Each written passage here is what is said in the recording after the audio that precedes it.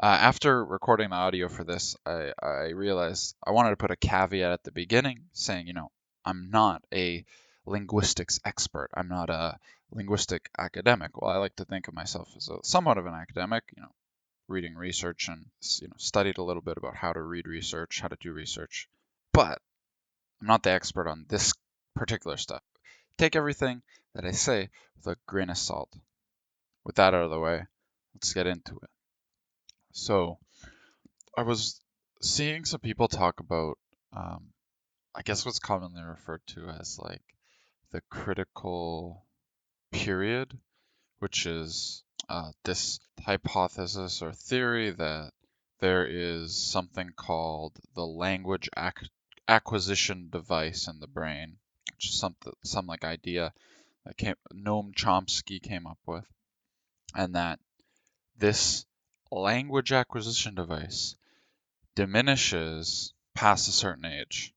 I was looking at a study that supposedly proves that this is true, and it was just blowing my mind how anyone could think that this study actually showed anything of the sort.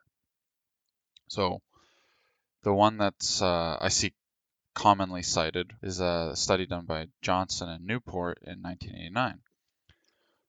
What they did was they took these native Chinese speakers, native Korean speakers who came to the US, and they split them into two groups. One was people who arrived in the US after the age of 17, and the other group was those who arrived below the age of 15. So, first problem I noticed with this was the group who arrived older than 17. They said they had between 2 and 12 years of classroom study before they arrived in the US. And in a future study, they measured that a similar group had an average of about 7 years of English classroom study. So, could you imagine having 7 years of classroom study before you did any immersion? You have all of these horrible, unnatural sentences and patterns drilled and cemented into your brain. You would essentially have to unlearn 7 years of instruction if you ever wanted to have a native level of grasp on the language. What these studies were showing was like, oh, well, these people who uh, arrived at a younger age could accurately identify which sentences were quote unquote grammatically correct and which were grammatically incorrect. And the people who arrived after had a harder time figuring out which sentences were actually quote unquote correct. They go into the details in the study, but that's not what I would talk about. Anyways, I was really hoping this study would have some way they controlled for environments, environments of these children and environments of the adults. They said the environment was analogous. The native language spoken at home and English was spoken at work or school. Like, are you kidding me? The school and work for children and adults are not even remotely analogous. It's like saying an elementary school and an office are analogous environments. Like, yeah, English is spoken in both places, but the actual language used in those places is so far from each other. It's just absurd to suggest that those environments are analogous from a language perspective. What's more is that all or most of these adult subjects were professors, researchers, and grad students who are spending the majority of their time in environments where language is used to talk about abstract concepts, but not just in a classroom sense, but like in everyday conversations, adults talk about things in abstract terms. Like, I'll get into it later about like how kids talk about things like literally going on around them. But anyways, like let's imagine for a sec that you're in an office or a university, and let's be really charitable and say, let's say you're in an office, you're in meetings all day, so you're hearing English for like 8 hours straight.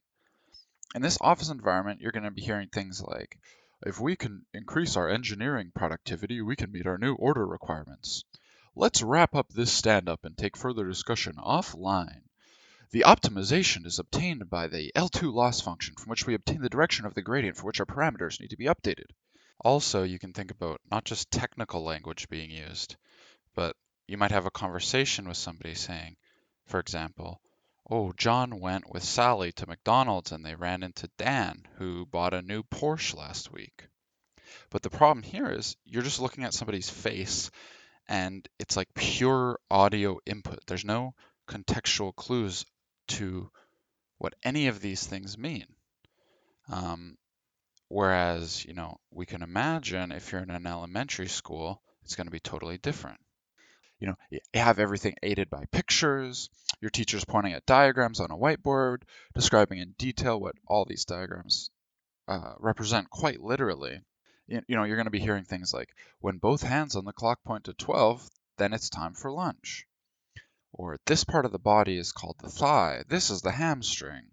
Everything's contextualized, and hardly any of this is going to be abstract. And on top of this, you have experiences on like a playground surrounded in emotional experience, which is shown to aid memory. And everything is going to be literal and contextualized. So, like, pass the ball, followed by someone literally passing a ball. Or Simon says, touch your toes, followed by everyone literally touching their toes. Or, ew, stay away from us, you're gross and smelly, followed by, you looking down at your dirty shirt or noticing that there's a pungent odor coming from your armpits. I'll admit it was a little hard to remember what kind of activities I did in elementary school, but honestly, I cannot think of an excuse for why things like this are not considered in these studies. When you look at things like Krashen's input hypothesis, it's like no one actually listens to what Krashen is saying, and they just think, oh, all input is the same. Like, if they're hearing English, no matter what context they're hearing English in, that's the same.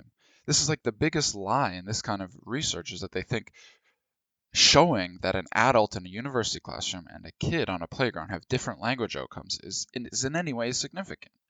It's just frustrating and ridiculous because this kind of stuff is used and believed by people to be true to show that kids can learn languages and adults can't. They like have a literal thing in their brain that turns off or diminishes at least as they get older. But in no way is this shown. Anyways, I kind of want to make a whole lot of videos on this because there's a lot more research to go over. This is just one of the studies that I was reading and just was blowing my mind that these assumptions were made without even, being addressed or controlled for or whatever.